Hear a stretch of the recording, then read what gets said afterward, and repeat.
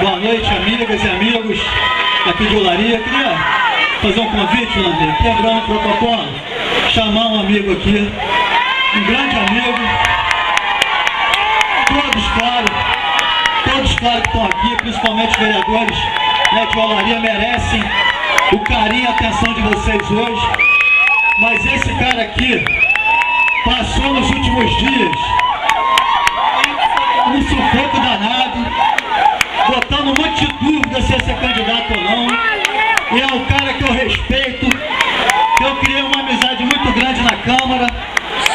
E é o cara que eu queria falar aqui hoje do meu ladinho aqui, que é um cara que eu tenho aprendido muito, que é o Reinaldo Rodrigues.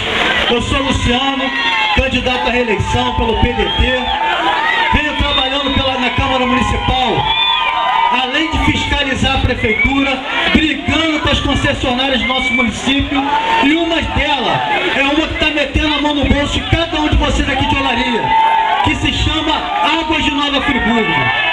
Vem roubando a população com esse famigerada taxa de esgoto, que é o roubo, uma taxa de esgoto de um esgoto que não é tratado, cobrando 100% de esgoto, o 100% que a gente consome não volta na rede de esgoto.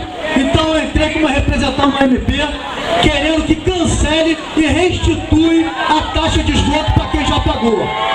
Vote, vereador Luciano 12222, prefeita 40 Saudade. Fiquem com Deus e grande abraço para todos.